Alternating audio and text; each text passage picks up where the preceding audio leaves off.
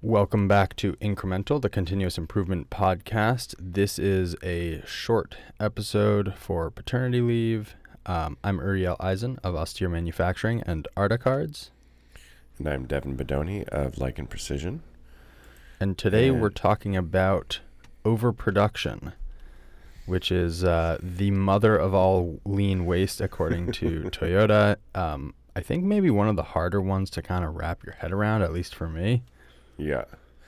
We were maybe going to talk about this right off the bat, which is like, I think this term overproduction is hard for the American mind, is what I wrote, to comprehend. In like so many things in lean and just Japanese mentality as well, just like there's a lot of like paradox sort of inherent in their phrasing or just a way of thinking about things that's very different than we do. And it just occurred to me that like we need to think of a different way to describe this, because you say overproduction and then you like do examples and all the examples are kind of like, yeah, but like still kind of good. And it's like, I've been trying to think of an example that's just like in people's daily life where it's like so clear, but it's just the example that sort of came to mind is like, if somebody asked you to do something, if there was something that you didn't want to do that needed to get done, would you do it before somebody asked you, kind of? Right? Like fundamentally doing work before it's needed. I don't know, but we're sort of back in the same game. I haven't really figured out how to think about it or explain it in a way that is not sort of the standard like mental model. I think to me, the like often running mental experiments with mechanical design or any other thing, I always think about what are the limits. Like if you push it to an extreme, how does the whole system behave? And in this case, like, if I asked you to make a customer part and there's a good chance they're going to order a lot over the next 5 years or over the next 10 years, why don't you just make them all now? So why don't you run 50,000 pieces now? Yeah. And it's like no one in their right mind would do that. And I think what everyone does sort of intuitively is finding what's called the optimal lot sizing, which is basically if you graph the cost of holding inventory as you move across the graph to the right, the cost goes up, right? Sort of linearly, probably maybe some step functions in there if you have to build a warehouse or buy new equipment or shelving. And then if you graph the cost per part on the same graph, it starts off really high and then it drops down to the right. And there's some point where those lines cross, and that's called the optimal lot size. And that's what everyone, I think, is sort of doing intuitively. The problem is the reason the line of cost per part, that line dropping off to the right, is because of waste. And if you actually focus on eliminating the waste to flatten that line, suddenly you're kind of slamming that optimal lot size to the left to much lower numbers. I think what's an unintuitive and really hard to properly consider, even for me having read about this now for years and like really thought about it a lot and seen it over and over in our shop, is how much waste comes from overproduction. I have a really dumb example right off the bat that's extremely top of mind. Yeah. Well, yeah, before we jump into that, I was thinking even like more foundationally, it seems like every time we talk about this, we say overproduction, and then we talk about all of the things that it doesn't allow you to do, right? Or like kind of all the downsides. We immediately focus on all the downsides. And I think, especially for Americans who've grown up in a mass manufacturing mentality, it's kind of like, yeah, but, and I think if you switch it, instead of saying don't overproduce, but you say only do exactly what you need to do right now. Mm-hmm. Like if you tell somebody, do what is most pressing in every moment, they'd be like, yeah, of course, obviously, right? You know, like, I see what you're saying. yeah. So focus on what to do rather than what not to do, kind of. Yeah, it happens that overproduction stops you from being able to do what you need to do right now. And that's sort of why it's often come at from that direction. But I think the core piece that I was trying to get at, not very well, is that the key here is being able to do what you need to do right now, not focusing on the fact that you're doing stuff too early. Interesting. That's a great point. And I think that's, I like that a lot, because I think a lot of where people give these examples to kind of blow your mind is like, yeah, if there's no Kanban, like Toyota won't produce.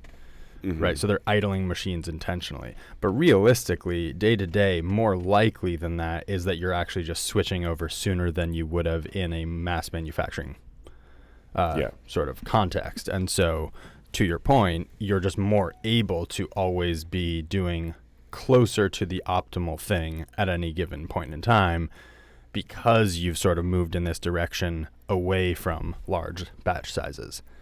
Yeah. Yeah, because once you're in the like batch size mentality, there's all of this inertia and sunk costs, and people are like, well, yeah, obviously that's what I should be doing right now, but I can't because I'm doing this right now. Right. But it's taken for granted that that's just sort of the foundation. That's just the reality. But if you focus the whole thing on design a system where you can always be doing what needs to be done in that moment, it's sort of a backdoor to the exact same concept of overproduction. That's an interesting point. So one that's sort of top of mind and just really striking to me, and maybe won't be super relatable to everyone. We just had a baby, and unfortunately the baby does not breastfeed well, and so we're having to pump and then bottle feed later. Yeah. And seems like an odd thing to talk about on a manufacturing podcast, but it increases the work by probably 100% over breastfeeding. And breastfeeding is the perfect example of just in time, right? You're releasing milk exactly as the baby is swallowing it. Right. And if you do the other, and this is really just a one-to-one analogy with putting parts in a warehouse. If you do the other, you have to put it in a bottle. You have to store that bottle in the fridge. You have to clean all the parts between every single use. So like high changeover times. You then have to kind of record the dates on the bottles because it goes bad, and you have to make sure that you're only using milk that is still in its date. You can decide to freeze it, or you can decide to keep it in the fridge. And like there's just, and all the cleaning, all of the pumping, like even the act of pumping itself is an additional task, because you also need to feed that milk to the baby. Right. And this is exactly, and it literally, I was sort of running a calculation because it struck me that we were going to talk about overproduction. It nearly doubles the amount of labor associated with feeding the baby, which is typically 40 hours a week. So now it's 80 hours a week. And it's like people talk about spoilage, people talk about all these things as it relates to actual inventory, not breast milk. And it's the same. You know, you're paying someone the time of loading parts into bins. And we do this in my shop all the time, right? We load parts into bins to store it better on the shelf. And then it comes out of the bins. Those bins need to be cleaned, which feels like a sort of proactive task. Cleaning bins, you're like, ooh, look how clean this bin is now. But like, that's all waste, right? Like, why did it have to go into the bin to begin with? Because you made more than is needed right now. Yeah. And I think we mentioned this on a previous podcast just a week or two ago, but there's many examples in Shigeo Shingo's books of reducing overproduction or eliminating it, where you link machines. So if a machine feeds a process, instead of kind of it just running in a vacuum, it just produces, you know, maybe a buffer of 5 parts that are literally just on the outfeed of the machine table. Yeah. And if that outfeed is full, it stops the machine. Yeah. And the results are like, 60% reduction in labor, 40% reduction in floor space, 500% reduction in lead times, which sounds insane. But then when you look at each component, the fact that you're doubling the labor associated with like delivering the same value to the customer, Yeah. it starts to be like, oh, this is, I don't know, but it's a really hard one to see. It's very, It is. Yeah. it feels, and I'll also mention that at Austere right now, we are struggling a lot with not having enough. So like, Right. it's kind of like, well, what if we just had a lot more sitting on the shelf, right? And this is sort of where I think JIT and lean sort of get a bad name, is the failures Right. are like very classic failures. Like the fact that we can't sell to customers because we don't have anything could make you go like, well, screw all that noise. Right. I'm overproducing. Yeah. Well, and you go back to the breast milk, the breastfeeding example. It's like that is a system that has evolved over a million years, millions of years, to work very effectively. Yeah, when we're mammals first roaming the earth. Yeah. So like it's a highly refined system that is in tune, and it still fails, right? Sometimes. 300 million years. 300 million years. Dang. So I think it's we've talked a lot on the podcast about like how important buffer stock is for these like effectively, compared to breastfeeding, completely hodgepodge systems that we're creating out of thin air to allow them to function well until they become more refined. But keeping your eye on the ball of that, of not getting too far down the just like having a ton of stuff everywhere made too soon is really important. For sure. And I think something that's been helpful to me is, and hopefully will be helpful to some of our listeners maybe, is I think there's a lot of decisions that are made in when you're designing a process or designing tooling or deciding to increase your throughput. It's very easy to move to larger fixtures. Like batching is almost the most available lever that pops to mind, right? It's like, well, let's just make 50 instead of 10, and then we'll just be slamming them out.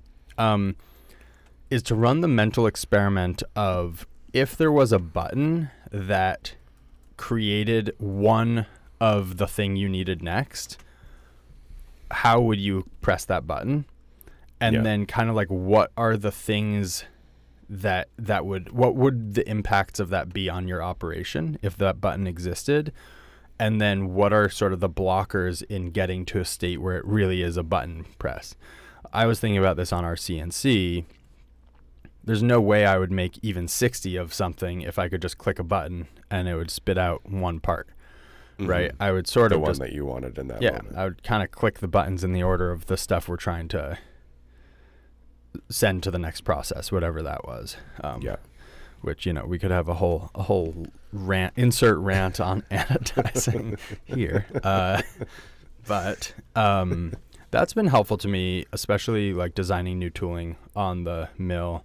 Like we hit a fork in the road probably 3 years ago where we decided to go with single piece, like one at a time in the mill versus large, 150 part pallets.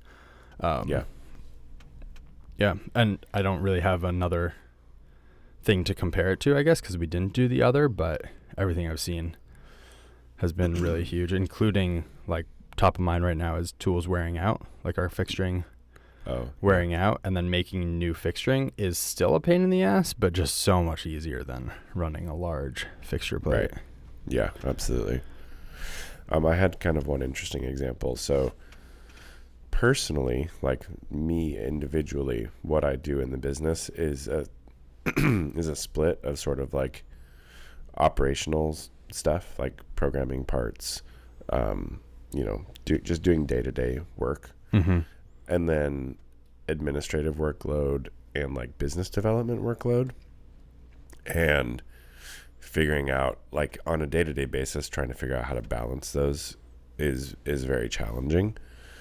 And it could be very tempting to just like batch all my programming, then switch to admin for a few days, then switch back. But that which I had tried to do at times in the past, but it was not very effective. There ended up just being all of this lag in both of those processes and big delays. And when we switched to a pull system for our programming specifically, now I have sort of like an up to the minute is not really accurate, but I have a live display of the urgency of my programming workload for every lane in the shop. And that what that has allowed me to do is to focus on what needs to be done right now. So I can immediately see like, this is extremely urgent, or the rest of the shop's going to be idled. I have to prioritize that in this moment. And then later at a different time, I can say, okay, that is not urgent now. The buffer is full. I can switch gears to all of this other stuff that has become urgent because whatever, or maybe not. Maybe it hasn't become urgent, but I can still focus on it now, knowing that the other bases are covered.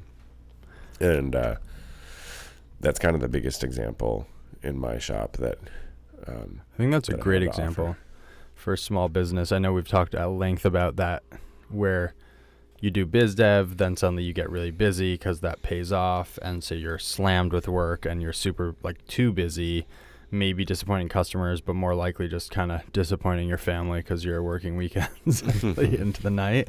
And then you sort of work through that huge amount of work and you're like, oh shit, we're about to idle everything because we don't have more work lined up because I've been head down executing. That's a great example where you made too much work. You did too much in each lane at one time. Yeah. And not just what's needed now. So my example is sort of a more classical example, but maybe less, well, I don't know. Actually, we've seen a lot of people struggling with this, but I don't think it's as obvious in many operations. We had a mill running parts and we were running out of parts. I thought I needed another mill because we would go to ship customer orders and we would run out of some component, some machined component. So in my head, it's like, well, we're short on machine time. But then one day, I think after reading, I forget which book I was on, I went into the shop and just noticed all of the other parts that were machined but were not needed. And just the thought of like, oh, that's machine time that I can't get back, that we allocated incorrectly. So now we have to figure out how do we allocate our machine time more correctly. And the answer there, paradoxically, is reducing batch sizes. And actually the thing we were doing that was screwing us up was consolidating Kanban. We were already using Kanban, but then at the machine, you see 7 Kanbans for the same thing, but they're all interspersed through your pile of Kanbans that you're meant to machine through. Natural response as the operator to avoid more changeovers. Pull all 7 to the front of the line, run all 7 today, and then tomorrow I get to run something else, and it's just less work and the machine is running more, right? So like paradoxically here, we are actually trying to do less machining to have more parts available. And we then had something similar recently where we got very behind because of just being overloaded with orders. And so one customer was like, hey, I really need this stuff soon. And because they needed it badly, they increased all their quantities on their orders, right? So they're like, not only do I need this stuff really badly, now I need more of it because we have run out. And I was like, okay, I totally get where you're at.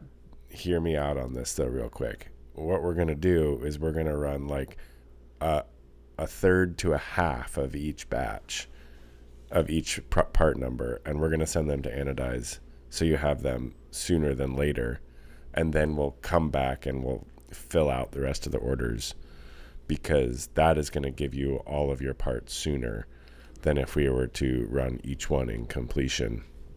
And it's kind of wild how hard it is for people to kind of wrap their head around that concept, even though once you kind of like map it out, it's very obvious.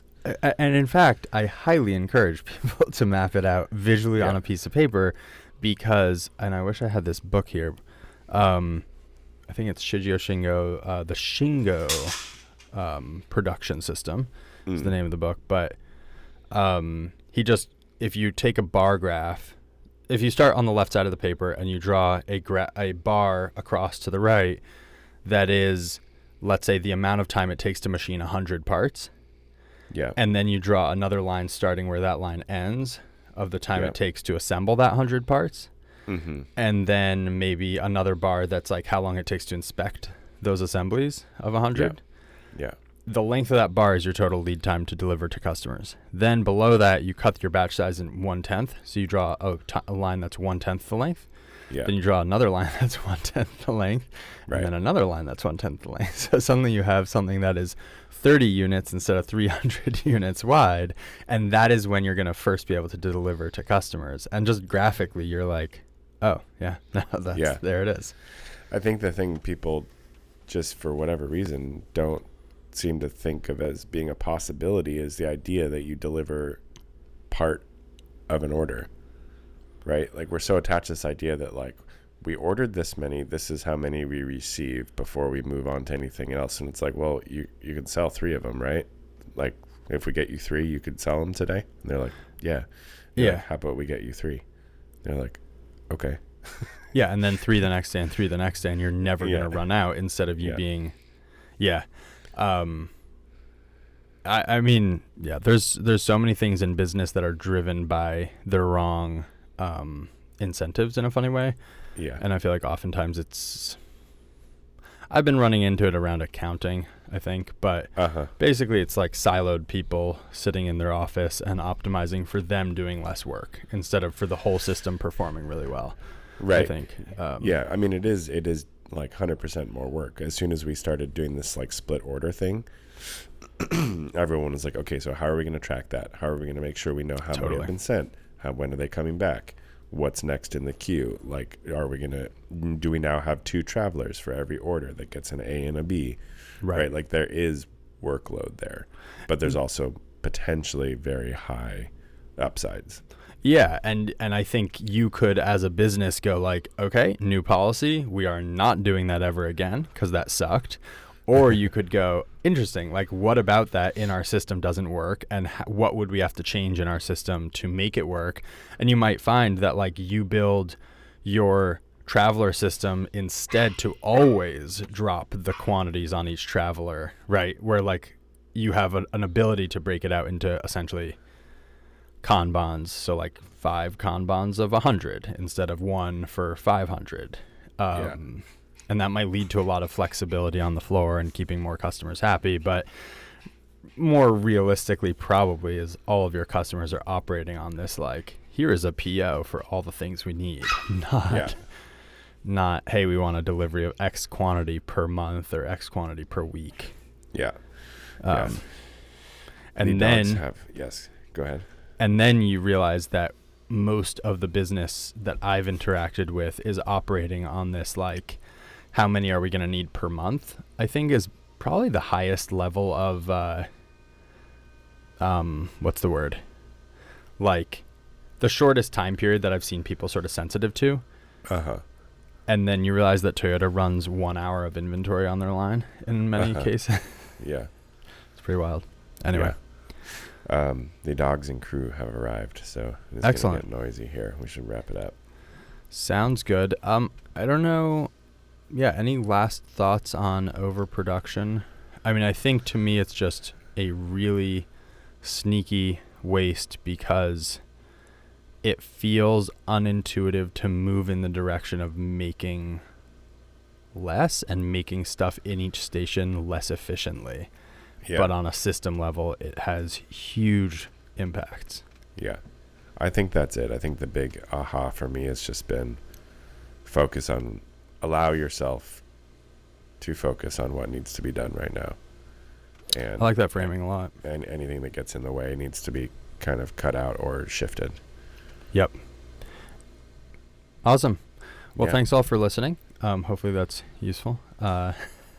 Overproduction is bad. Big takeaway.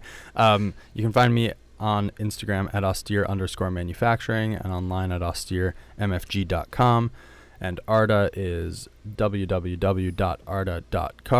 We redid our website. It's very sleek. No, it's fine. I don't know. Check it out. And arda.cards on Instagram. And you can find me at lichen_MFG on Instagram, likenprecision.com, the pod at incremental CI. Reach out to us. We'd love to hear it. And we have a Patreon. And we'll talk to you shortly.